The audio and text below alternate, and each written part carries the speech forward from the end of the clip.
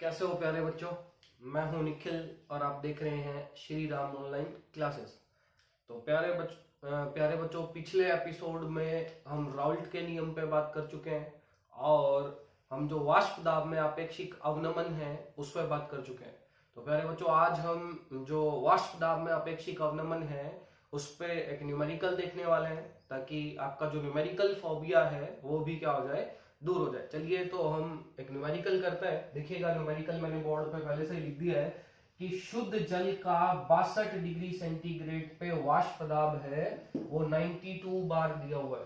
तो आपके पास शुद्ध जो पानी है उसका वाष्प दाब दिया है 62 डिग्री सेंटीग्रेड पे 92 बार। यदि किसी अवाष्पशील ठोस का 18 ग्राम जल के 72 ग्राम में मिलाया जाता है। अगला कह रहा है कि जो अवाष्पशील ठोस है उसका 18 ग्राम है वो जल के 72 ग्राम में मिलाया जाता है। तो देखिएगा, आपको इस स्टेटमेंट को पढ़ने से एक क्लियर कट बात पता चल गई है कि जो जल है वो विलायक है और उसमें हमने क्या मिलाया है, अवाष्पशील ठोस मिलाया है। तो जल एक विलायक है और उसमें अवाष्पशील ठोस मिलाया है। पिछले एपिसोड में आप देख चुके हैं कि कोई शुद्ध जो वाष्पशील जो विलायक है, अगर हम उसमें अवाष्पशील विलय मिला देते हैं तो वाष्प दाब में आपेक्षिक अवनमन की घटना हमें देखने को मिलती है। तो यहाँ जो डाटा दे रखे हैं उनको देखते हैं। मेरे पास जल है वो विलायक है, विलायक को ए से रिप्रेजेंट करते हैं और उसका शुद्ध अवस्था का वाष्प दाब आपको दे रखा है 92 बार आपको उसका शुद्ध अवस्था का वाष्प दाब दे रखा है। जो डाटा दिए हैं, सबसे सवाल करने का सबसे बेसिक तरीका यही है कि जो डाटा आपको दिए हैं सबसे पहले आप वो डाटा लिखिए और उन डाटाओं के बेसिस पे कौन सा कॉन्सेप्ट अप्लाई हो रहा है उस कॉन्सेप्ट को आप अप्लाई कीजिए। दूसरा जो डाटा दे रखा है, अवाष्पशील जो ठोस है, जो विलेय है, उसका आपको भार दे रखा है, वेट दे रखा है किसका, विलेय का। विलेय को बी से लिखता है, वेट को मैंने डब्ल्यू से रिप्रेजेंट कर दिया है और वो आपको कितना दे रखा है, 18 ग्राम आपको दे रखा है। फिर आपको जल का भी भार दे रखा है। जल विलायक है और विलायक को ए से रिप्रेजेंट करते हैं। विलायक का भार दे रखा है कितना, 72 ग्राम।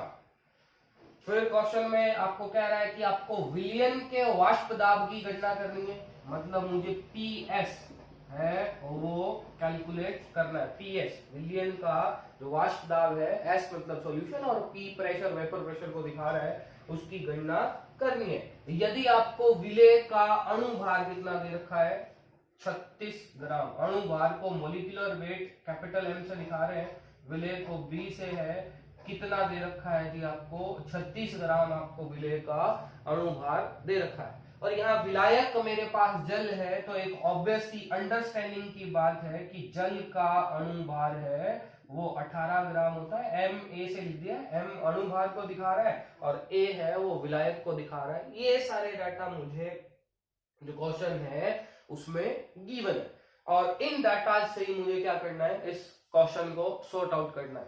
तो देखिएगा, आपको हम पिछले एपिसोड में देख चुके हैं कि जो है, जब भी शुद्ध जो विलायक है, जो वाष्पशील है, उसमें अवाष्पशील विलय मिलाने से क्या हो जाता है, वाष्प दाब में आपेक्षिक अवनमन हो जाता है। और वाष्प दाब में आपेक्षिक अवनमन का ये फॉर्मूला होता है, delta P upon P not a बराबर आता है जीटा बी। डेल्टा पी था वाष्प दाब में अवनमन, डेल्टा पी नॉट ए विलायक का, शुद्ध विलायक का वाष्प दाब, और जीटा बी था विलेय की मोल भी। चलिए इसको थोड़ा और खोल लेते हैं। आपको पता है डेल्टा पी क्या होता है, P not a minus P S, ठीक है जी।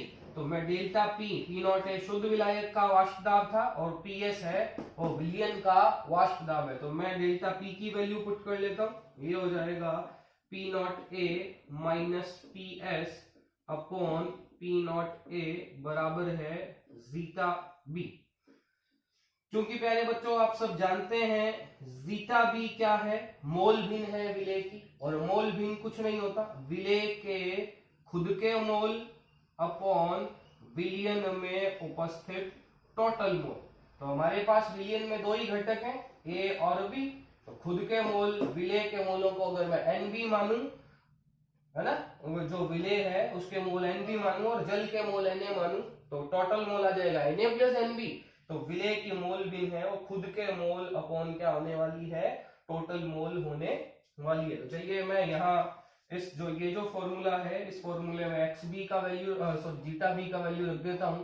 तो P0A minus PS upon P0A बराबर आने वाला है NB, बी के मोल बटा कुल मोल। ये हमारे पास आने वाला है। यहां से हम देखेंगे जब इस तरह के न्यूमेरिकल्स करते हैं तो हम देखते हैं कि जो विलेय है वो बहुत कम मात्रा में होता है, जो विलेय है वो बहुत कम होता है विलायक की तुलना में। अवाष्पशील जो विलेय मिलाते हैं उसके मोल बहुत कम होते हैं किसकी तुलना में, जो विलायक है उसकी तुलना में।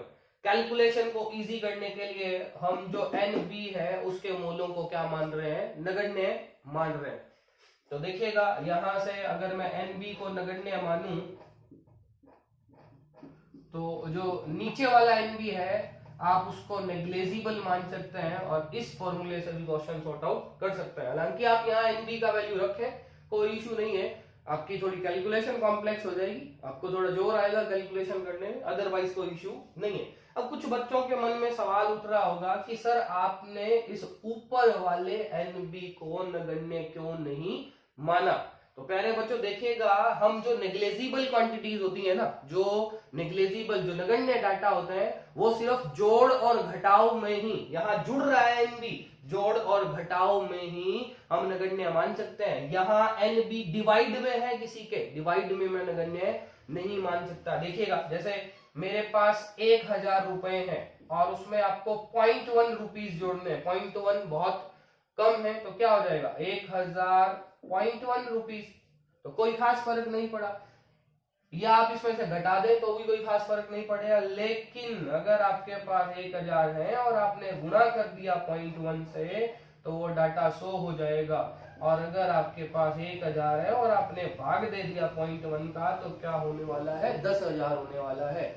तो हम नगण्य डाटा जो कि गुणा या भाग में होते हैं उसको नगण्य नहीं मान सकते हैं, जो डाटा जोड़ और घटाव में होते हैं उसी को नगण्य मान सकते हैं। तो यहाँ भी जुड़ रहा था Na में, Na बहुत बड़ा है और NB बहुत छोटा है, तो बहुत बड़े जो डाटा है उसमें छोटा सा डाटा जोड़ेंगे तो कोई खास फर्क नहीं पड़ेगा। इसलिए कैलकुलेशन को आसान करने के लिए नीचे वाले NB को मैंने क्या मान लिया है, नगण्य मान लिया है। तो NB क्या है, विलेय के मोल, और Na क्या है, विलायक के मोल। और मोल का फॉर्मूला 11वीं क्लास में आप बेहतरीन तरीके से पढ़ चुके हैं। क्या होता है, भार बटे अणुभार। ऊपर विलेय के ऊपर विलेय के मोल है तो विलेय का भार बटे विलेय का अणुभार। नीचे विलायक के मोल है तो विलायक का भार और बटे वाला जो अणुभार है वो कहाँ चला जाएगा, ऊपर आपके पास चला जाएगा। तो मेरे पास ये फॉर्मूला आ गया है और इस फॉर्मूले से